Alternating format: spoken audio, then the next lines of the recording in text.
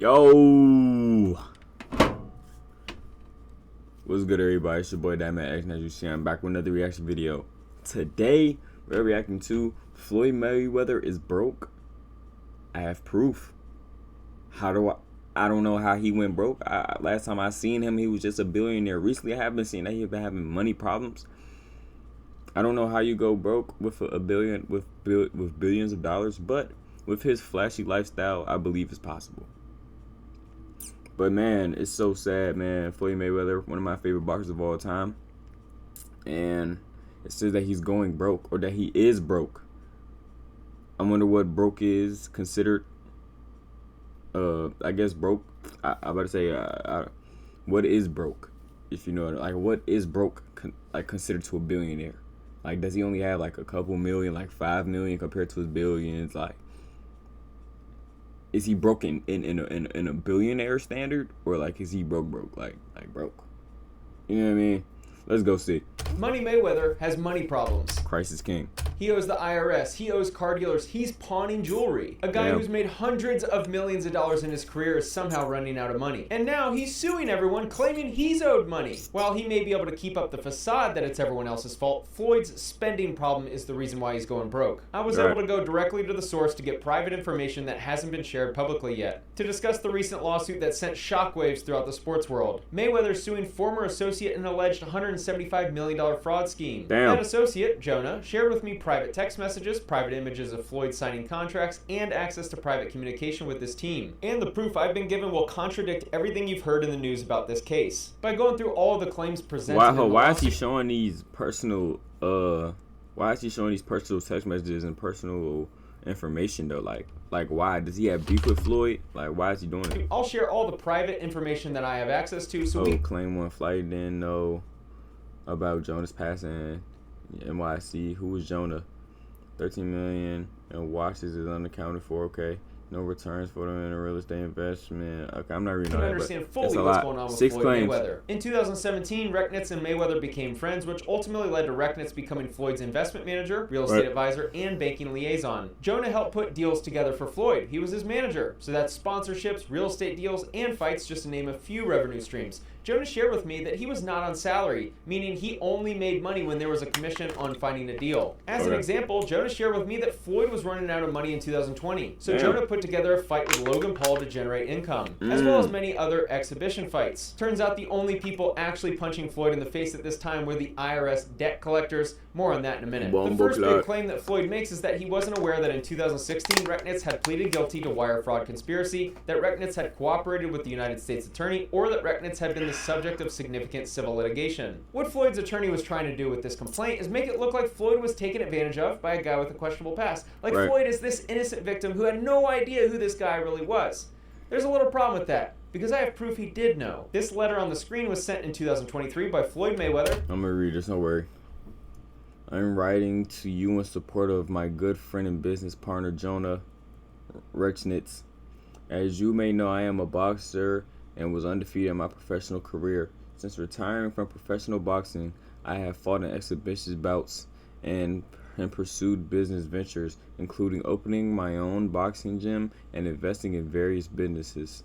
I bet y'all didn't know I could read. Watch this other quick little, that's not a paragraph, but watch this quick other little sentence. That's a paragraph. That's a period. Two periods. 3. That's not a paragraph. A passage. I met Jonah in 2013 in New York City at a basketball game. We became friendly, and I supported him when he was going through the process of being sentenced in 2019. So this just confirmed that he did know about the situation. However, at that time, I didn't write a letter to the court on his behalf. Since then, we have become closer and started working together. I'm not reading no more, but just to show you, I am an elite reader. My reading level is well above 5th grade.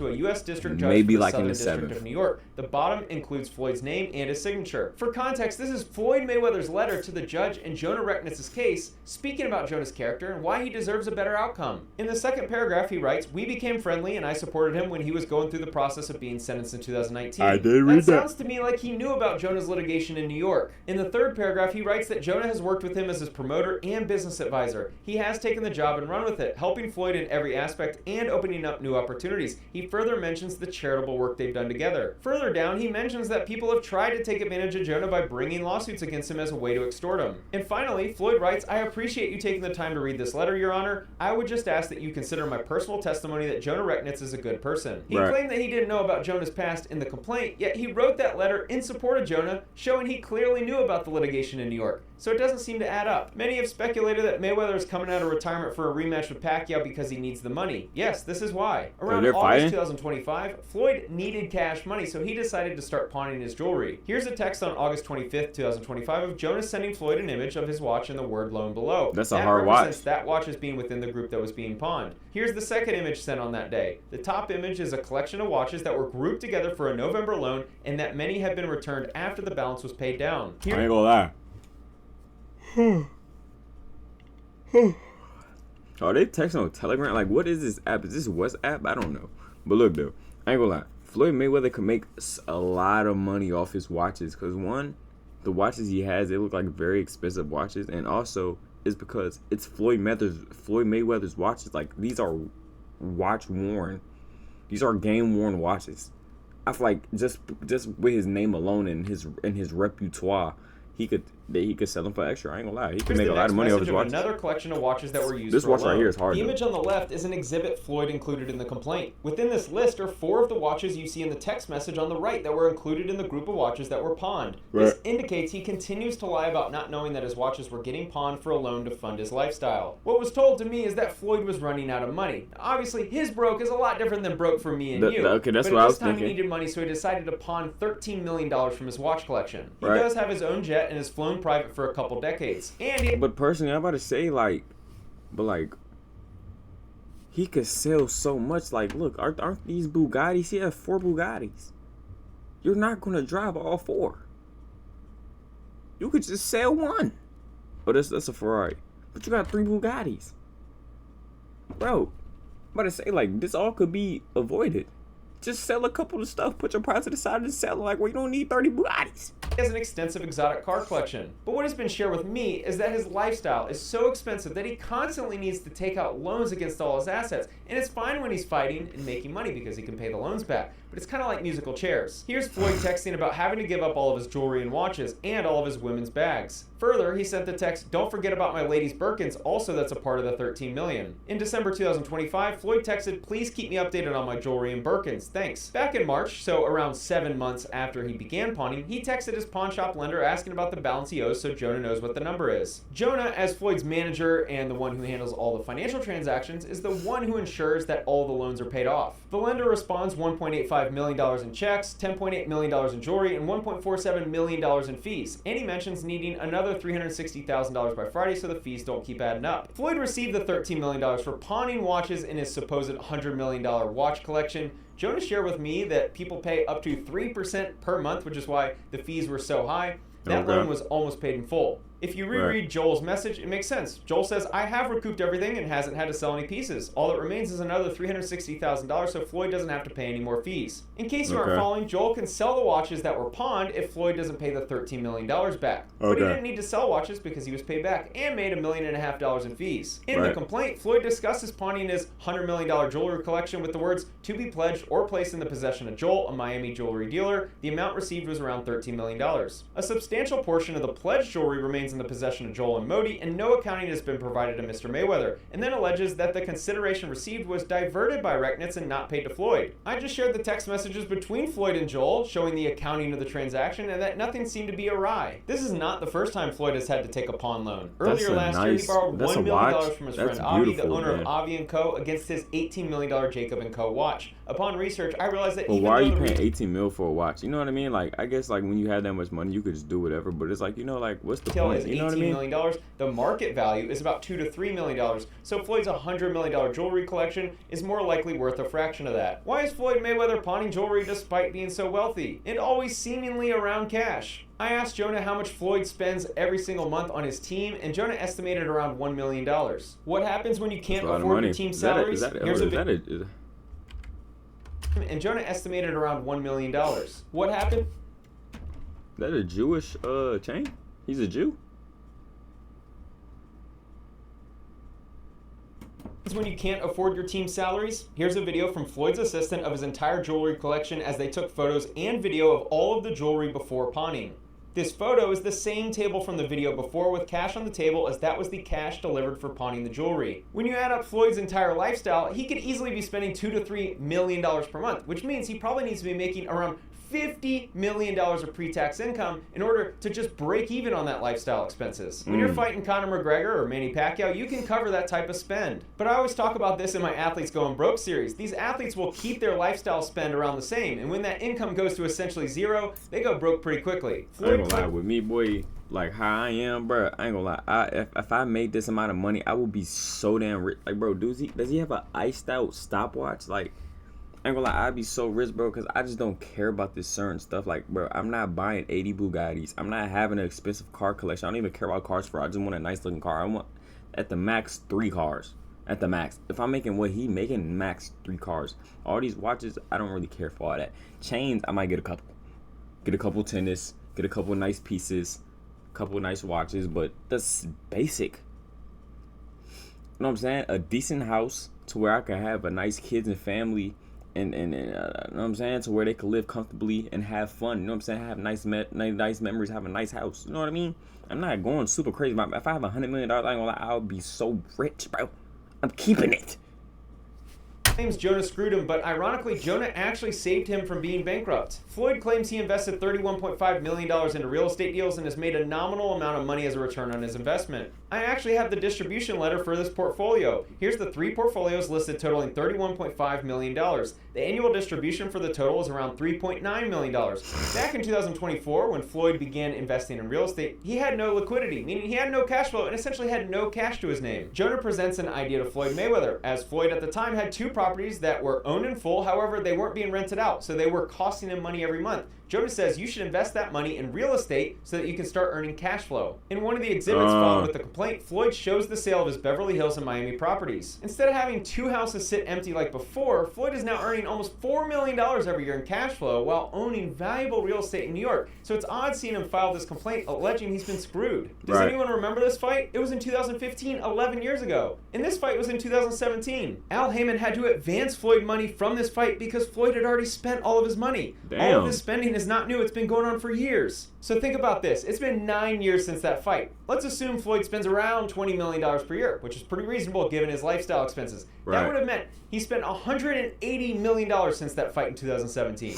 He's always posted pictures with cash money because it's his branding. And he certainly has had a lot of money at one point. But spending a couple $1 million per month blows through this cash instantly. Floyd may have had a $100 million jewelry and watch collection, and that's certainly wealthy to me and you, but when you're spending $20, $30 million per year, that $100 million can dry up pretty quickly. Which is why he now needs to exit retirement to fight Manny Pacquiao for a payday. One of the other claims is about Floyd selling his jet and not receiving any money. There's mention in the complaint that the block for the purchaser was left blank. What the media misunderstood was that the plane wasn't sold for $1 like the complaint lists here. Here's the actual signed contract, which does list the consideration of $1 and OVC, and you can see Floyd's signature down below. I think what was misunderstood is that the plane didn't actually sell for $1. OVC means other valuable considerations, which means the sale was for more than $1. This happens when private parties don't want the amount known to the public. Here's the text message between Jonah and Floyd. Jonah sent the payoff letter from the lender of his private jet, as well as a letter from Navy Federal Credit Union regarding a $2.787 million payoff. What happened was Floyd took out a large loan against the value of the jet. So when the jet was sold, a large chunk of the money went to pay off the loan and many of his other debts. Here's the payoff demand statement for the jet. Highlighted is borrower named Floyd Mayweather. The total loan payoff is around $2.79 million, and the highlight in the bottom left is the property collateral as the Gulfstream Learjet. This is the bank wire transfer receipt from the credit union. Both of these documents were sent to Floyd, so he's clearly lying about the jet only selling for $1 and him being out of the know on the jet selling. The picture on the left is Floyd signing the contract, and the picture on the right is Floyd holding the aircraft purchase and sale agreement right after signing it. Does he look disappointed in the terms of the sale?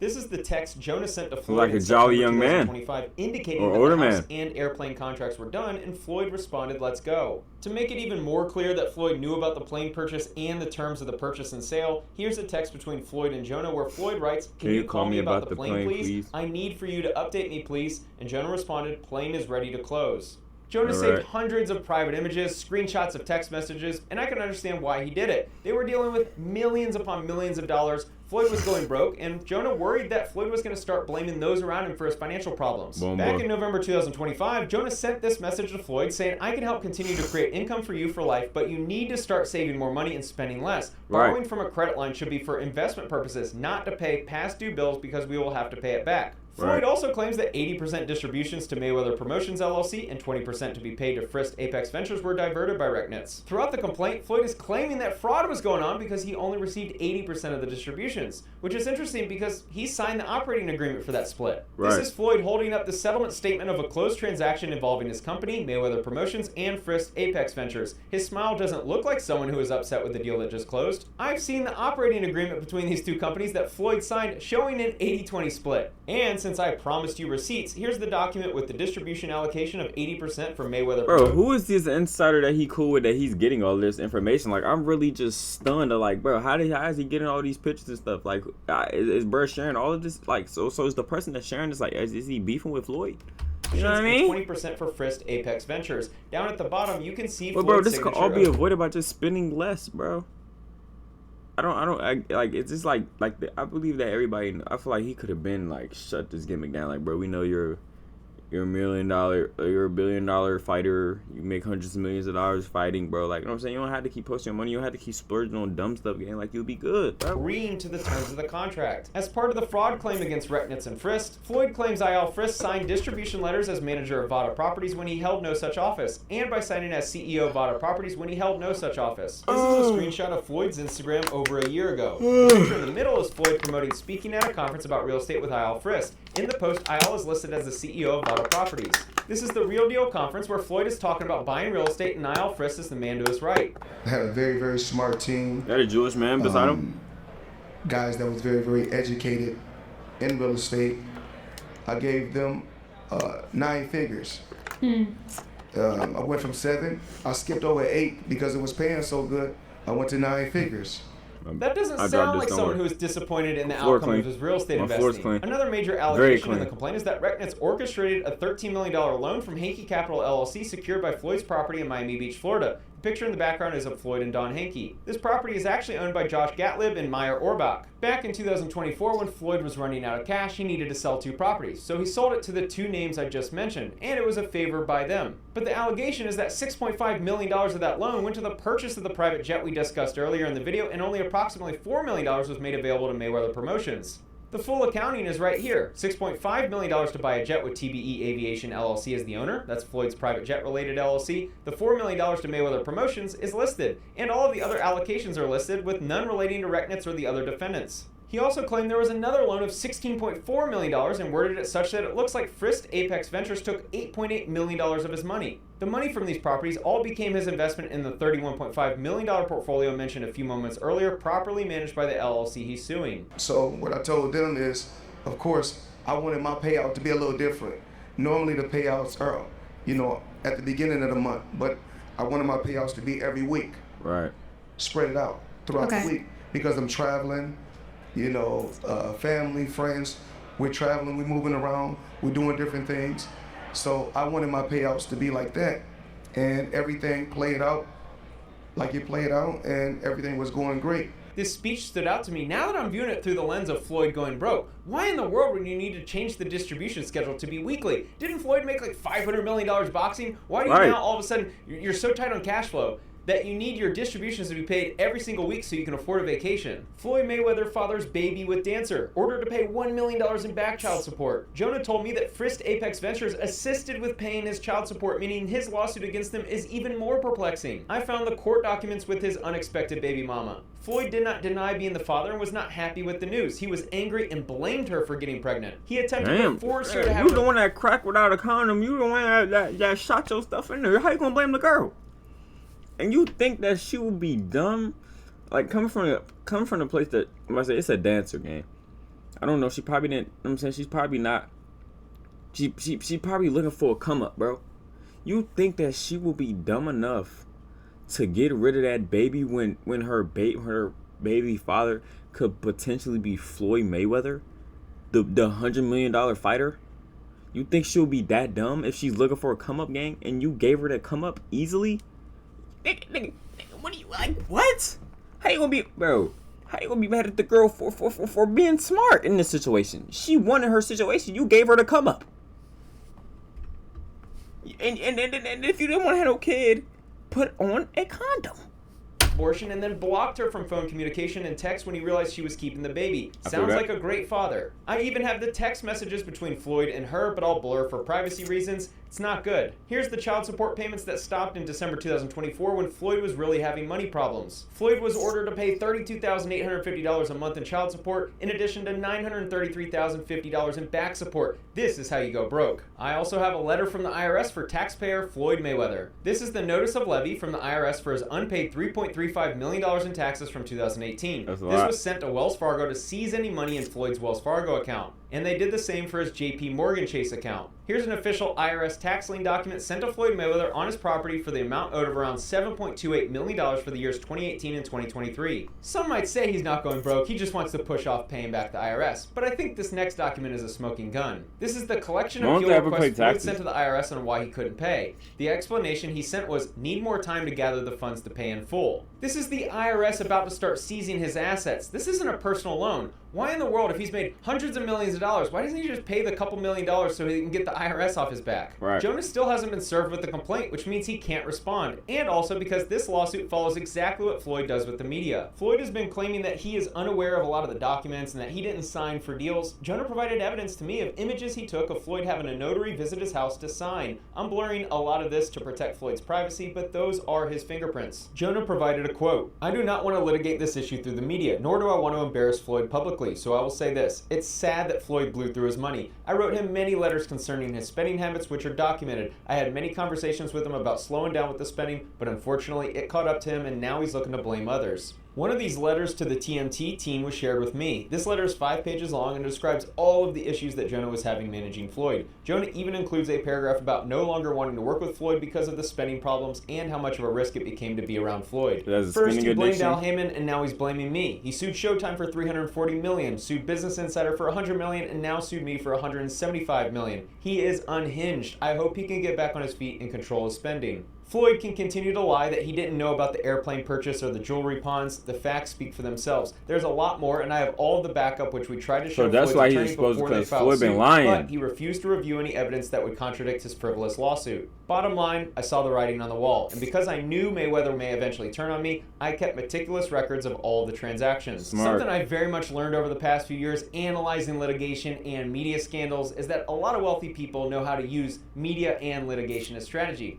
I'll show you how media actually works. Let me use this as an example. Back in September 2025, this article titled "Floyd Mayweather Sues Vegas Car Dealer Over Sale. You Lied to Me" was released on TMZ Sports. The article is full of quotes about the dealer engaging in shady business practices and overcharging Floyd and possibly defrauding him. Floyd wasn't the victim. He wanted to use the media to pressure the dealer so the dealer wouldn't come after him for the money Floyd owed the dealer. But the other news organizations need stories, so they spread the headlines that Floyd is suing a car dealer for a fraudulent purchase. Sports Illustrated picks up the story. Then Fox News picks up the story. The following day, the Vegas car dealer filed a complaint against Floyd. Floyd purchased 4 vehicles totaling $2.25 million from the dealer. Floyd wrote 2 checks for the purchase of the vehicles. The problem is that the checks bounced. They didn't go through, and Floyd still had possession of the vehicles. Bomba. Even worse is that Floyd drove one of the cars from Vegas to LA and added 1,500 miles to the car. They ultimately had to reach a settlement agreement where Floyd still owed $1.2 million to the dealer. I think that story is relevant because it's another sign of Floyd's money problems, but I also wanted to highlight his media strategy. Floyd has a private relationship with TMZ Sports. If he wants someone to look bad, he'll go to them first so that they can publish a featured article about Floyd being defrauded. That's then not he'll file good. a complaint full of lies the following day and paint himself out to be a victim.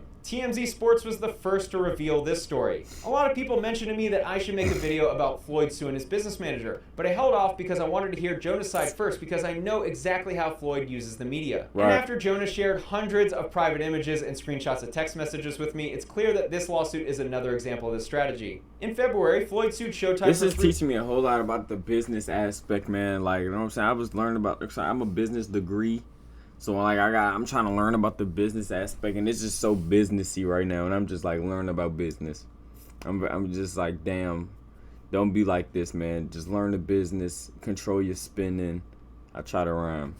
$140 million, claiming there's a conspiracy to not pay him what he's owed. He also sued Business Insider for $100 million and then immediately dropped it. I hope you're starting to see the pattern. He goes to the media to play victim, gets all the other news organizations to distribute the story because he's a very big name, and then he hopes that he can settle with the other side so that he doesn't go bankrupt. Guys like Floyd use the media as a strategy, not as reporting on truth. Logan Paul claims Floyd still owes him money. Miami jeweler sues Floyd Mayweather Jr. for $1.4 million bling tab. The retired boxer asked to pay the $1.675 million owed to the jeweler at a later date. The jeweler also alleges that Mayweather submitted 5 checks that bounced. Floyd Mayweather sued for $330,000 in alleged unpaid rent on luxury Manhattan apartment. Another lawsuit filed against Floyd for the use of an unpaid private jet trip. I've been sued a couple different times and know what it's like to have multiple false allegations written about you in a complaint. I've been accused of being a member of a criminal enterprise and assaulting someone. See, in America, you can write whatever you want in a complaint, even if it's God forbid.